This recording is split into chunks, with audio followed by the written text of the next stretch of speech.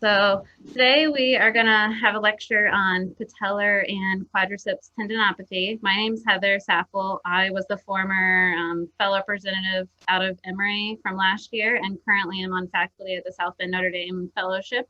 And today we have my fellowship director from Emory, Dr. Ken Mautner. He also is the head of the primary care sports department at Emory and the fellowship director. He's PM&R board certified as well as a subspecialty of sports medicine. Also the head team physician for the Atlanta Hawks, team doctor for other Atlanta area teams, including the Braves and Emory University. Very involved and well known for his orthobiologics research, focusing on PRP and stem cell treatments. And without further ado, I have the pleasure of going ahead and letting Ken Mautner speak today. So get started whenever you're ready. I will do a couple more cleanup housekeeping steps if I can get my. Oh, go ahead. Yeah. So this is a part of our National Fellow online lecture series today, brought to you by the Education Fellowship Committees with our Online Fellows Subcommittee. Adjunct to your education at your fellowship program and to help with the CAQ prep. Feel free to submit questions into the chat or unmute yourself and ask. And I will now go ahead and let you get started. So I'm going to stop my screen share and you'll be able to take over. All right. Thank you, Heather. It's good to actually see your face. I know we text back and forth sometimes, so I'm glad to be here and lecturing on a topic that I'm very interested in. So let me put this smaller so you can see that, right? We're all good? Yep. All right. Thank you. All right, so I'm lecturing on patellar and quadriceps tendinopathy. I wanted to give a big shout out to one of my current fellows, Dr. Bill Berrigan, who helped me put this talk together and really did a lot of the slides and some of the legwork on some of the new stuff that's out there. Couple disclosures I have here as well. Nothing to really interfere with my talk today. So we're talking about patellar and quadriceps tendinopathy. You know, obviously we know that patellar tendinopathy is known as jumper's knee. Interestingly, there's not that much research out there on quadriceps tendinopathy. So most of what I'm going to be talking about today is going to be all related to the patella tendon. But they're both kind of considered jumper's knee. They're both considered part of the extensor mechanism of the knee.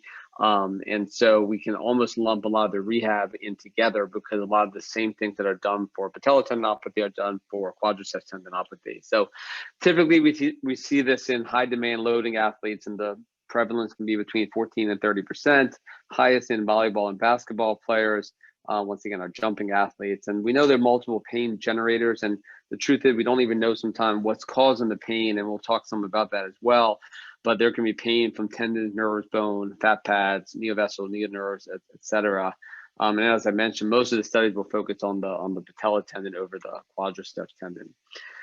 So if you look at kind of the risk factors here, there's a lot of data out there showing risk factors for patella tendinopathy. And as we know, any tendinopathy, you're dealing with intrinsic and extrinsic risk factors. And so some of the ones associated with this area, in addition to just repetitive loading, stress, repetitive extension of the knee, some have looked at, higher weight, higher BMI, waist to hip ratio, leg length inequalities, foot arch height. People with lower foot arches, are a little more prone to patella tendinopathy.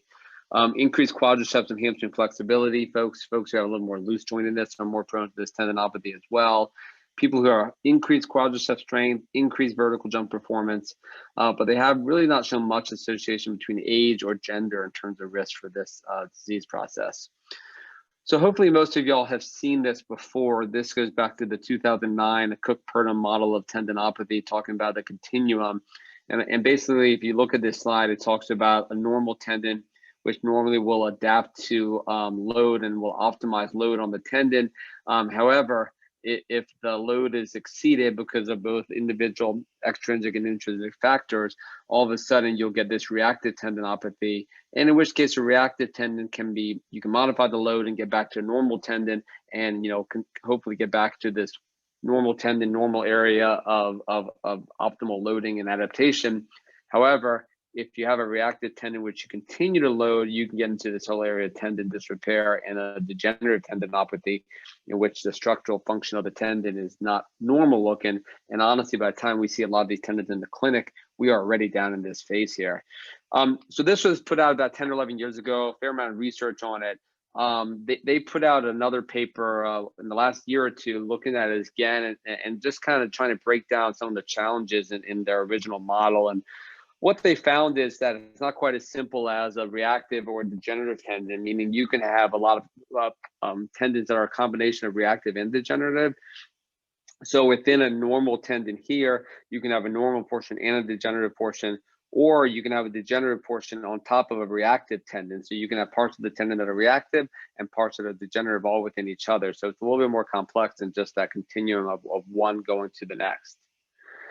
And this is probably my most confusing slide in the whole talk, but this is also from the same paper. And so, you know, the goal is to get a pain-free tendon with good function. And so the three things we worry about are pain, function, and structure. And when you get early on here in the reactive tendon, if you direct intervention to pain, you unload the tendon, you have a chance to get back up to having a normal tendon. However, once you get to the reactive on degenerative and the degenerative tendon, which is both painful, structurally abnormal, and functionally not performing well, we really don't look about going back up as opposed to going sideways. And we try to, you know, do interventions that target pain, and we'll talk about that. And then we got to do interventions that target poor function and low capacity, obviously mainly rehab.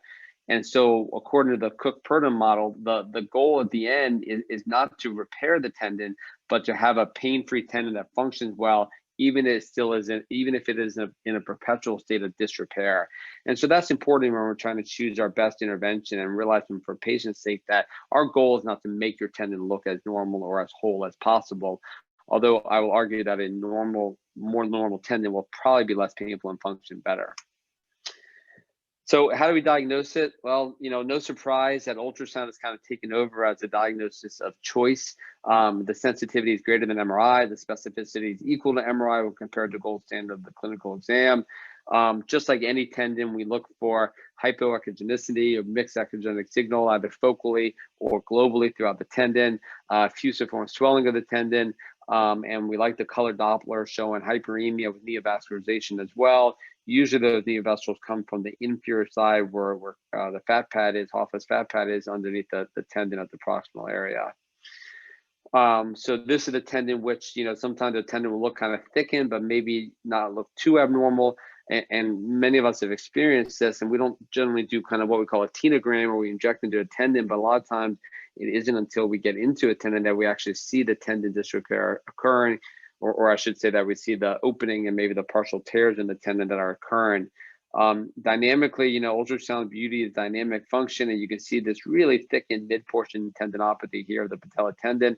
And what you'll see on this, and what we treat sometimes, is the fact that the fat pad here and the tendon below are kind of meshed together and are not really gliding very well. And this can, number one, be an issue with why the tendon isn't healing. And so sometimes we want to address those through certain interventions that we do, which we'll talk about as well. So a couple of newer technologies to mention, two of them I'll talk about today. One is shear wave elastography. This is an ultrasound-based technique. It's usually an add-on for certain ultrasound machines that many of us will have, and it measures the elasticity or the mechanical properties of the tendon. There's not a lot of research with elasticity and tendinopathy. We're trying to do a little bit of research here as of late with one of our ultrasound machines. But you know, there was a small study by Zhang et al. That said that athletes who had patellar tendinopathy had a higher shear elastic modulus and larger tendon on the non-painful side. And so you might expect some differences in the stiffness of the tendon. And this also might be something we can follow along after intervention to see if tendons are actually getting, you know, better, stiffer, or you know, more normal appearing, even if they're not looking different on 2D imaging. UTC is popular, maybe a little bit more over in Europe and some of the other countries around. Stands for ultrasound tissue characterization, and basically this is a type of ultrasound technology where they look at the tendon, and the healthier tendon will show a green, the unhealthier tendon will show a blue, And once again, you can start to see some of the more normal and degenerative tendons all within each other. So, what is the ideal way to treat tendinopathy? Well, I've been practicing now for 16, 17 years. And so when I was kind of starting out and in my fellowship and residency, it was all about these old school treatments. We talked about Rice, we talked about NSAID, we talked about physical therapy, and looking at biomechanics. We talked about corticosteroid injection, which is still widely done at the time, and return to play when pain-free and functional. But we got to think about, are these things really healing the tissue? And then back then, if you failed these things, you would go see the surgeon. They would talk about a debridement of the tendon as a possible surgical option. I will tell you, and this is why things have changed, there's a lot of lack of evidence that these things ever helped, and we've been doing them for a number of years. But the good news is, for the most part, our body likes to heal tendons, and so folks kind of got away with some of this stuff and still healed. So even ice, which we see still done all the time on sidelines and in training rooms, if you look at the use of ice in acute soft tissue injuries, the evidence is really lacking. These are older studies, but there haven't been any better ones lately. We know that there's analgesic properties to ice. It can reduce swelling, it can reduce pain, but we also know that ice kind of stops down that kind of healing process and prevents some of that inflammatory process, which is the first phase of healing, from occurring. And so ice is not, we don't know the role of ice in managing acute soft tissue trauma, meaning there is some benefit to reducing swelling and improving range of motion and analgesia, but is it really going to improve outcomes of these soft tissue injuries? I think most of us knows about the dangers of NSAIDs and musculoskeletal treatments. Most of us think more about the medical side effects of NSAIDs, which are definitely there in terms of GI effects and kidney effects and these things. But we also know that NSAIDs affect the early phase of injury repair, meaning inflammation. And without that phase, sometimes the maturation and proliferation phase, cannot occur. So there's a lot of debate about whether there should be any use of NSAIDs in acute musculoskeletal injuries, and how they may actually play a negative effect and delay the healing of these injuries. And so we need to be very judicious about when and if we choose to use these. This is not new, although for some reason it wasn't really talked about much then, but in the 70s and 80s and even the 90s, all these articles are very old, and they talk about NSAID's negative effect on tissue and bone healing that have occurred over the years. And so we know that they definitely do have potential negative effects, and we need to be certainly careful about using them. So looking at corticosteroid injections, and this is kind of, really where my soapbox kind of kicks in, and it's crazy that for so many years, corticosteroids were the mainstay of treatment for tendinopathy. I often refer to this article in the Lancet in 2010. It was a systematic review of randomized trials looking at the short-term, intermediate-term, and long-term effects of corticosteroid versus other interventions. And you can see in the short term, most studies did favor corticosteroid injections, but in the intermediate and long term, almost every study favored no intervention or whatever the comparator was over the corticosteroid. Same thing here. You can see short term, some of the studies did favor corticosteroid injection, but intermediate and long term, certainly no benefit and sometimes detriment in treating soft tissue injuries, specifically tendinopathies, with steroid injections. So, I tell my patients, I usually don't often do corticosteroid injections, but I say, look, if you want to feel better for 3 or 4 weeks, you can get a steroid injection, but you might be worse off in 6 months, worse off in a year. That doesn't really sound like a smart thing to do, especially if they will get an artificial sense of them feeling better and go out there and make things worse. So what are the new school treatments? So this is what we're going to be talking about today, pathology specific conservative treatments. So there are certain conditions that are inflammatory, and we use NSAIDs for these. You can get a tenosynovitis where you get inflammation around the tendon sheath. Load modification, including some bracing and taping options that can additionally reduce the load on the tendons. We know that motion works, mechanotransduction, motion works to improve tendon healing. We'll talk a little bit about eccentrics and heavy slow resistance exercises, soft tissue mobilizations, cross-sectional massage, active relief, nitric oxide shockwave. This is what most of the rest of my talk will be on, and then I'll get into all the interventional treatments that are often performed for these problems. So many of y'all may have seen the new acronym from the Rice to the Price to the Police to the Peace and Love, where it really kind of takes in a lot of the modern approaches to this, which is protect the area, elevate it, avoid anti-inflammatory, use compression, educate on the natural history of these things and how to improve healing. And we do want to do a modified load. We want to, improve vascularity of the area, and we want to exercise. We want to find ways to non-painfully load a tendon, which will actually improve and probably quicken the healing response of that tendon. So what types of rehabilitation work? So this was a systematic review done. Basically, it showed that standard of care is squat-based rehabilitation with eccentrics or heavy slow resistance and good sport-specific mechanics. And there's a really high likelihood of success with this approach to tendinopathy alone. These are some of the studies in the group. It shows what the rehab protocols are. Some of our the traditional eccentric protocol, which was made for the Achilles tendon, but talks about 12 weeks of these decline eccentric kind of activities where you're doing 60 to 90 a day. So it's a pretty time intensive, labor intensive program to follow, but they do show improvements. Some of these actually went for 4 weeks or 6 weeks and still did show improvements as well. So more recently, they've looked at isometric exercises, right? So isometric, you're not moving at all, right? So these are stationary exercises where the muscle is stationary but put under load. And both of these studies have shown isometric exercise results in an immediate reduction in pain level, which can last for as much as up to 4 weeks. So the idea is in season, we don't really want to be doing a lot of heavy load eccentric training on our athletes because it could actually worsen their symptoms of patellar or quadriceps tendinopathy.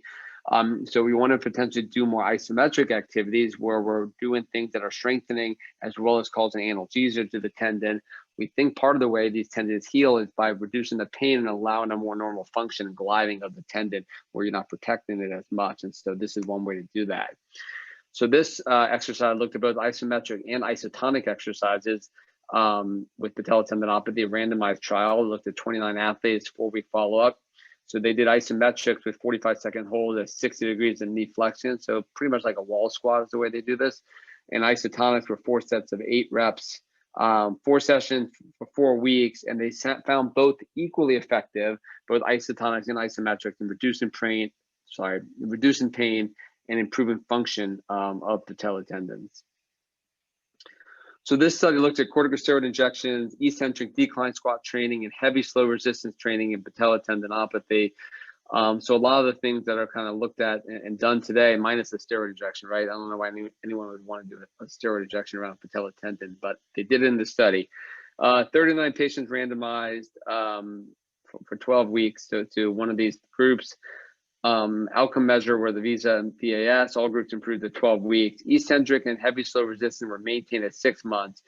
Heavy slow resistance had increased collagen network turnover and higher patient satisfaction. So this was one of the first studies that suggested that, actually this just came out this year, but this is one of the first studies that has suggested that, heavy slow resistance exercises probably does work as well, or maybe even a little better than the traditional eccentric training program alone.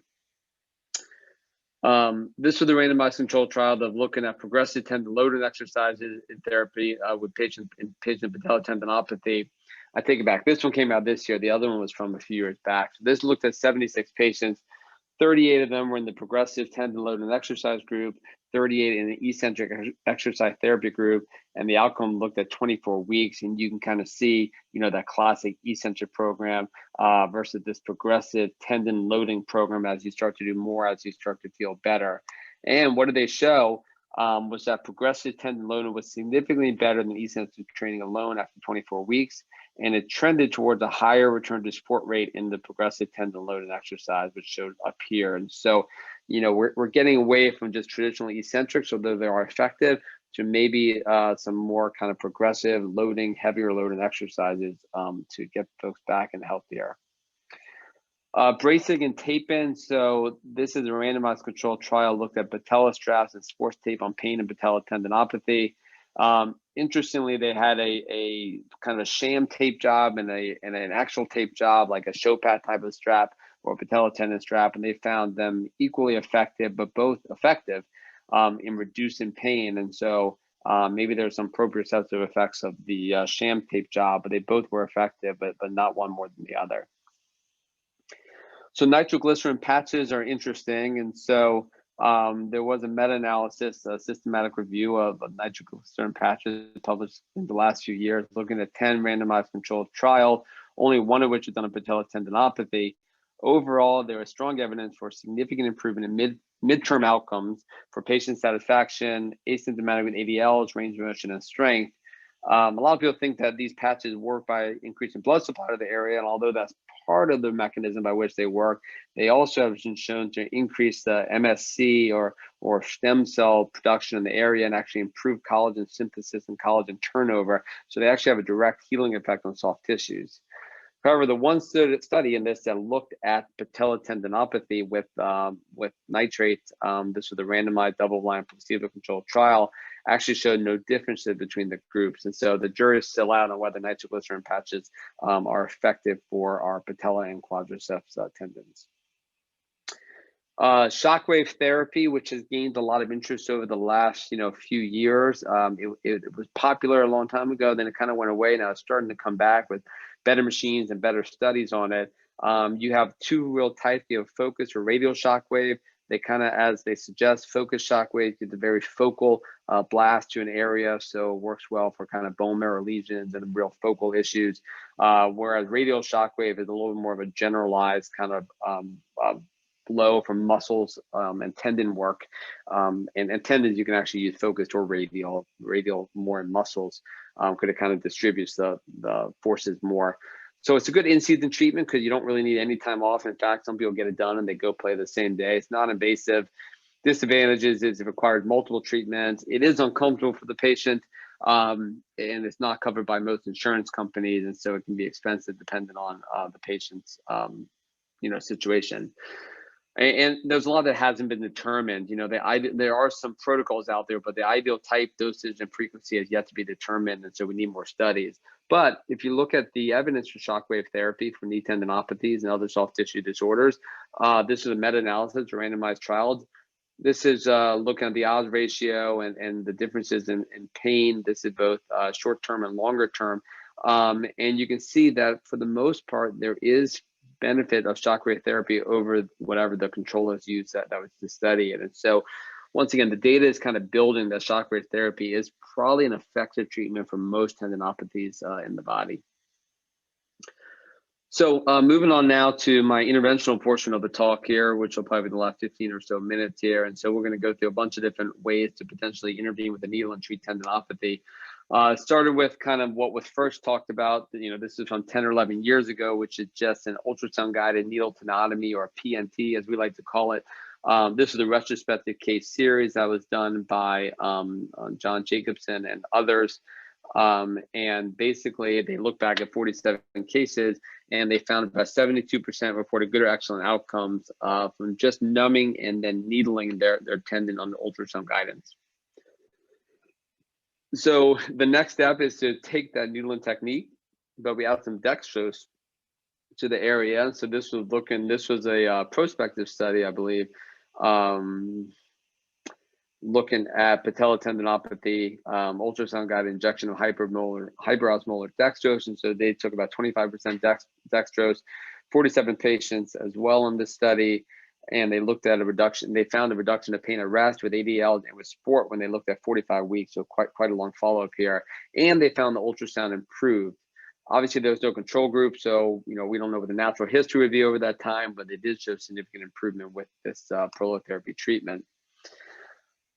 This was a study by Jason Dragoo from several years back, one of the first randomized trials looking at patellar tendinopathy, PRP, and they compared PRP to dry needling, basically to an ultrasound guided needle tenotomy into the area.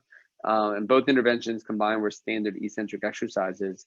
And they found that PRP was significantly better at 12 weeks than the PNT group, but at 26 weeks, they were found to be equally effective, both demonstrating improvement, but no difference between the two. And then this study looked at patellar tendinopathy, looked at leukocyte-rich versus leukocyte-poor versus a saline injection. And so there's some debate out there about whether we should have leukocyte-poor or leukocyte-rich PRP in our PRP concoctions. And this study actually showed no difference between anything between leukocyte rich, leukocyte poor, or just saline injected into these tendons. I will say that there were only 57 athletes in the study, so I would imagine it would be underpowered to really tell a difference unless there were really large numbers. But I didn't do the power analysis, but from other studies I've done, I would suspect that's probably not enough. So looking at this study, which was interesting, it actually compared PRP versus shockwave therapy, focused shockwave therapy, and treatment of jumpers knee in athletes, 46 athletes. So the interesting thing in this study, they did 2 PRP injections, 1 each for 2 weeks versus the shockwave treatment. And they found that the PRP did show significantly better improvement than shockwave therapy when they followed it at 2 months, 6 months, and 12 months after treatment. So this study is a review, a meta-analysis that came out in the last couple of years looking at non-surgical treatments of patellar tendinopathy. And so it looked at eccentric exercises, shockwave therapy, single PRP injection, multiple PRP injections. And you can see she put short-term and long-term follow-up. And if you look at it in the short term, 1 PRP injection, they all did about the same. Maybe the PRP here's the 1 PRP, here's 2 PRP. They all did about the same overall. However, when they looked at the long-term, eccentrics and shockwave and single PRP did better than baseline, but the 2 PRP actually did the best of all of them when they did the meta-analysis. And so it's very rare that I tell folks to maybe consider doing 2 PRP injections. I'm usually do 1, wait 2 or 3 months, and then decide if you need to do a second one or not. But the data for patellar tendinopathy suggests that maybe 2 PRP is necessary and needed to make sure we get a pretty good response afterwards. So what are the pitfalls of PRP for tendinopathy? Why might you consider other treatments? Well, number one, it doesn't always work. And so I published a paper in 2013. We looked at a bunch of different tendinopathies, and we actually found our patella tendon did worse than most of them. If you look at the success rate, was just under 60%, as opposed to some which were 80, 90, or even 100% success rate. It's certainly not ideal for the in-season athlete with a 2 to 6 months time for recovery. We know there's increased pain post-procedure, and there's more downtime after the procedure, and it'll certainly slow down the rehab process because of the pain. And so, also there's cost to patient issues. And so we look for other treatments in season. And so most of us know Dr. Alfredson, and he's done a lot of work looking at the patella and mid-portion Achilles tendinopathy. He looked a lot about the neovessels and neonerves that run with the neovessels and how these may actually be the pain generators. And they don't go inside the tendon at all for their treatments. They keep all their treatments outside the tendon and work on the fat pad that separates the tendon. Work on the neovessels that kind of run between the fat pad and the tendon. And so he published a paper. He's done more work on the Achilles, but he did publish a paper looking at ultrasound guided tendon debridement and how it improved pain, function, and structure in persistent patella tendinopathy. These are 23 patients done with ultrasound and color Doppler for patella tendon. He does use arthroscopic assistance for his, meaning he does use a shaver when he needs to, just mainly for spurs or enthesophytes. But mostly he's doing this with ultrasound. You can see the device he puts in underneath the tendon. Minimal tendon debridement he's done. He has a rehab protocol here, which is initially, a significant protocol here, similar to actually a PRP protocol, but there are some faster protocols out there, which I'll talk about in a minute.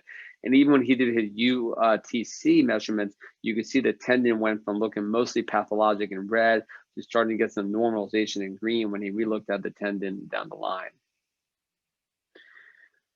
So something similar has been done over in the UK a lot for the last 20 years, doing a high volume image guided injection. And so their modern day protocol, they put a lot of volume between the tendon and the fat pad, up to 40 cc's. They use some lidocaine or marking in it. Initially, they would put in some hydrocortisone in it, although they don't like. Well, I don't ever do that because obviously cortisone around these two tendons, I think, is dangerous.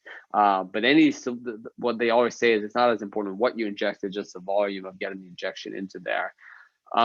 So initially, I used to do this with a needle like this. Nowadays, you can see a video of it here. This is the patella tendon. You can see the needle going under the tendon. It's not violating the tendon at all.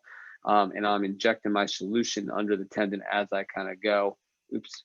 I'll keep playing that. maybe. I now use a no core needle for these. So this way I can do kind of a scraping as well as a high volume injection at the same time. Some folks will use a meniscotome device, which is a V-shaped device here that can really be used to kind of scrape the tissue underneath there. Some people even use the 10X device, which I'll talk about in a minute, to kind of scrape under the tendon as well. So you numb the area up really well, you create a skin wheel, you anesthetize under the tendon with the ultrasound guidance. And then for a patella tendon, I usually use about 20 cc's of normal saline. I put a little bit of lidocaine in there as well, and that's the solution that'll go right under that patella to do the scraping and high volume injection under there. If you want to look pre to post procedure, you should see an immediate elimination of all neovascularity in the area. That's how you kind of know you've done what you meant to do. You want to immobilize and limit activities for 2-3 days. I'll sometimes put them in a boot, or sometimes I'll just have them take it easy. The beauty of this procedure, usually they feel better within a few days. And after about a week, I start to load them back and even get them back within 10 to 14 days of their activity. So this is a really good in-season treatment potentially for the patella or the quad tendon, actually, because there is a fat pad under that quad tendon. If we're trying something in season that we think might be able to get it back quicker than doing something more long-term. So this was a case series done by the same folks who've been doing this for 20 years. They published all over the body on this. This is looking at patella tendinopathy. And overall, they found success. You know, it wasn't all dramatic. This is looking more at shorter term than longer term success. This is looking at, this is looking retrospectively 9 months later. This is more prospectively 12 weeks. And you can see each case and which one did better and which one didn't. And so it's certainly something we try a bunch on folks who have this that we think we can kind of get them back pretty quick from. One other interesting study, and this is an approach I take a lot as well, is that if they have a patella tendinopathy where you see a lot of patella tendon issues in the tendon, as well as some of this neovascularity and adhesions to the fat pad under the tendon, you should consider combining these procedures. And so this group did 18 PRP only, 18 high volume injection only, and then 18 PRP plus high volume. And basically at 3 months, all the groups did about the same, but at 6 months, the PRP plus high volume injection actually had the best results compared to PRP, which actually had better results than the high volume injection alone. So these vacuum debridement device, there's a couple of them on the market there. I'm just gonna play this video. So you can see this video playing here. Both of these do the same thing. They look at the necrotic damaged tissue and they kind of come in there and they go in and they debride that tissue under ultrasound guidance. It's supposed to mimic what a surgical debridement would look like, but it does it through obviously a very small incision percutaneous procedure. And like I said, there are a few of these on the market now that kind of accomplish the same thing. So no studies clinically. There's a few case reports out there looking at patella tendinopathy with these vacuum debridement devices. Mike Baria and his folks at Ohio State did an analysis just to see what this does to the tendon in the laboratory. They took patella tendons and they basically put them through 60 seconds of runtime, and they basically found that the tendons did in fact debride the necrotic tissue. You can see what this looks like on the high power here. You can see the area of debridement here. And the idea is it creates a vacuum effect in the tendon, and then the body comes in and lays down normal, healthy tendon tissue over time. So no studies comparing PRP to 10X as well. This is a question I get asked a lot for different areas of the body. We published something a few years back which looked at epicondylopathy, lateral and medial, and we compared some of our results and found no difference between the two. I use kind of secondary decisions to decide on which to do, meaning is there a tear in the tendon? Are there spurs and things that need to be debrided? How thickened is the tendon and how much neovascularity is it? And that can sometimes help me decide which of these treatments I might want to do. And then stem cells, not a lot of stem cell work looking at tendinopathy in general. This is efficacy of stem cell therapy for tendon disorder. There was a systematic review, looked at 8 trials, one of which was for patella tendinopathy. You can see below the patella tendinopathy trial was published in 2012 and looked at autologous bone marrow stem cells with a 5-year follow-up, which is great. It had 8 patients in it, which is not great, and they found that 7 out of 8 reported excellent results at 5 years. So it doesn't tell us a lot. It's generally not my first-line treatment for any of these disorders, but we do sometimes do MSC treatments for tendinopathy. So my last few slides here talk about kind of my generalized approach to interventional treatment for recalcitrant tendinopathy. And this is certainly true along the patella and quadriceps tendon, but you'll kind of see how the way my mind works through, multiple areas of tendinopathy. And so, people have tendon pain. We talked about these reactive and degenerative tendons. Reactive tendons, you can reduce the load. They typically feel better. Degenerative tendon, you really need to get more information about them. So a lot of studies don't actually even put these out to show that, there's probably 4 different main categories of degenerative tendon. You can have your calcific tendons, which I haven't really talked much about at all. You can have your tendinosis, which is kind of your thick and swollen tendons. You can have partial tears, and you can have enthesopathies or insertional problems with your tendon, right? So a mid-substance tendon pain, whichever the tendon is going to be act differently than a tendon pain on the insertion or the enthesis of the bone. And they probably all should be treated differently. And so with calcific tendinopathy interventionally, and I don't know which of these is better, but you can do needle tenotomy, where you're just kind of poking out the calcifications, allowing the body to heal it. You can do vacuum debridement, which typically is the quickest and maybe most efficient way to do this, or traditional barbotage, which I still do a fair amount for rotator cuff tendinopathy. And they all have good success rate and actually pretty good literature behind it. When I see tears in the tendon, I think about putting cells into those tears. So I'm generally pushing more towards, PRP or an MSC treatment if that failed. But generally, PRP is my main go-to for partial tears. Although, prolotherapy and needle tenotomy may be an option as well. For insertional enthesopathies, vacuum debridement and PRP are both kind of in line with treatments. I may slightly prefer the vacuum debridement devices, but I have had pretty good success with both of them along those lines. And then for tendinosis, the things we've been talking about today, the proximal patella and mid-substance Achilles, the scraping procedures, I call it a high volume ultrasound guided scraping procedure, typically would be my first line treatment unless there's a lot of substance, issues going on as well, or if we're in the off season and we want to try a definitive treatment on it, in which case, we will do some combination of a vacuum debridement, a needle tenotomy, or a PRP. And sometimes we will combine inside the tendon treatments, as I mentioned before, with outside the tendon treatments, especially the high volume scraping with the intratendinous PRP, or I'll do a tenotomy, or I'll do a vacuum debridement in the tendon with some scraping with the vacuum debridement device under the tendon as well. So here are my take-home points. Quadriceps and patella tendon issues are common in athletes who put high load on their tendons.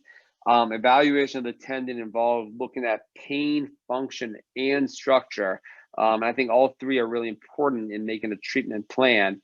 We need to know, I use ultrasound obviously a lot in my clinic, and I really want to know what the tendon looks like, because what the tendon looks like may be very different than the story the patient tells in terms of how long they've been hurting. But I think what the tendon looks like certainly will help me decide their best treatment option and their chances of success with some of the lesser invasive treatments. Treatment algorithm is still evolving, but the evidence suggests, load modification with an optimal loading, reintroduction of activities, improved local healing factor with pain reducing properties.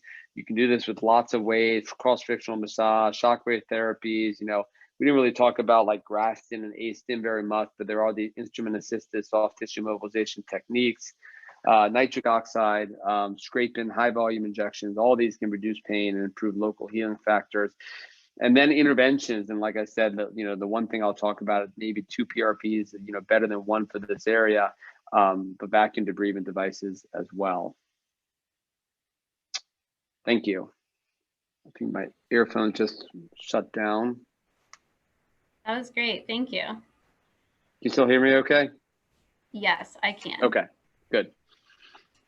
We have one question already, so I will go ahead and ask you. If possible, can you comment on your personal timeline on when you would do which intervention treatment in the on versus off season for patellar/quad tendinopathy? Thank you. So I got to it a little bit at the end there, but if I'm off season, if I'm going to do an interventional treatment off season, I'm going to probably go towards a PRP or a 10X, or in some of my higher level athletes, I'll even do a combination of vacuum debridement with a PRP at the same time, or within a short time of the procedure as well. Sometimes I find that combination has been good as well. And then we're going to put them through a rehab protocol that's probably not going to have them back to jogging for 6 weeks and to high level sports for 3 months afterwards. And so that's definitively an off-season type of treatment. If they're in season and all the in-season modalities that we talked about are not working, we have lots of tools to keep them playing and keep them working. And there's plenty of evidence out there that suggests people can continue to play without significant worsening of these issues. If I'm going to do something interventional, then I'm probably going to go around the tendon, because once I go into the tendon, we're talking about 6 to 8 weeks minimum return to play. If I go outside the tendon with a scraping or a high volume injection, a lot of times we can get it back within 2 weeks and not miss a whole lot of downtime. And just to clarify, when you say vacuum debridement, you're talking about 10X, right? Do I have that right? 10X or 10 jet, exactly. Yeah. Okay. We have another question from Chris Cherian. And he said, Dr. Mautner, great talk as always. Would you adjust your post-rehab protocols after PRP treatments to reflect progressive tendon loading exercises? I should do that. Yeah, I mean, what Chris is talking about, one of my other former fellows, is that on my protocol after 6 weeks, we really kind of start with a heavier eccentric load and exercise program. And eccentric work still, but I think, like I said, the data suggests that progressive tendon loading tends to be maybe the way to go, and it's maybe an easier thing for patients to kind of adapt to. So it's only really one study, but it just came out a few months ago. But I think that as we start to look to update our rehab protocols, we probably want to include some of the progressive tendon loading exercises. Thank you. One question, I reached out to a couple of colleagues today, a couple of younger colleagues, and asked if they had any questions for this lecture. And one of them asked about Prolo, which I don't think I heard you comment on during the lecture. Yeah, I talked about it once. I presented one study that looked at prolotherapy for patellar tendinopathy, and it was a case series, 47 patients, but it did show good success with it over time. And so I think prolotherapy is a good option for a couple of reasons. Number one, it's usually a little more cost efficient than PRP. Although if you're doing multiple treatments, sometimes it doesn't turn out to be a big difference between the two, but it's usually more cost efficient. Number two, it's usually a little bit better for patients to tolerate. So patients tend to be really uncomfortable with PRP in the post-procedural time, and with the prolotherapy, they can do it. They can tend to tolerate it more. And thirdly, if you want to do more regional treatments, right? So if you have someone with knee pain and they have patellofemoral pain and maybe some ligamentous stuff and the tendon, and you're trying to hit 4 or 5 different spots, I think prolotherapy is a good option. And that's the way prolotherapy was really intended, not necessarily to be hit that one spot where the tendon looks abnormal, but to be a regional treatment to improve, stability and strength for multiple structures in the area. So I think prolotherapy is a good option. And also sometimes you can do prolotherapy and get folks back a little quicker, so it's a little gentler. And so if you have someone in season, you don't want to jump all the way to PRP, maybe a little prolo. If you're not too aggressive in the tendon, you could get them back a little quicker. Thank you. And then one more question I have, because I don't see any other questions in the chat right now. What is your experience with nitroglycerin patches? Are you using it, and if so, when's a good candidate you feel for it? So I was using it more 3 or 4 years ago, and I know there's some folks within the AMSSM who have done some research and are big proponents of it, and I do think it works. I think it's a good adjunctive treatment. I like it because it's a very passive treatment. People just have to put the patch on for 12 hours. If we give them the 0.2 milligram NitroDur patch, they cut it in quarters. They put it on for 12 hours. Usually I do it overnight. They take it off in the morning, and then they go about their day. I haven't had great success with it as a standalone treatment. Number two, It does produce headaches in a lot of patients, especially when you treat upper body stuff like elbows and shoulders with it. And so I've had to warn people about that when I've used it. But in conjunction with a progressive loading program or even with biologics, I think it's a good adjunctive treatment and should be considered. Great. Thank you. All right. I don't see any other questions in the chat, and I asked a few. So I think we will wrap up. Any other last comments? No. Thanks for having me. I appreciate you inviting me to do this, and good to see everyone out there, and look forward to have my AMSSM logo in the back there for the 2021 meeting. Where is it? Right up there. So hopefully we'll see a lot of y'all virtually in the next few weeks. Perfect. Thank you. Thank you for the great talk. And then let me go ahead and give a shout out to next week's lecture, which I'll be moderating again. It'll be on Wednesday, March 31st at 12 p.m. and it'll be focusing on rheumatologic issues with MSK involvement with Dr. Hamish Kerr. So thanks everyone for tuning in, and you can listen again if you'd like, or for the first time on our AMSSM YouTube channel. So have a good afternoon. Thank you.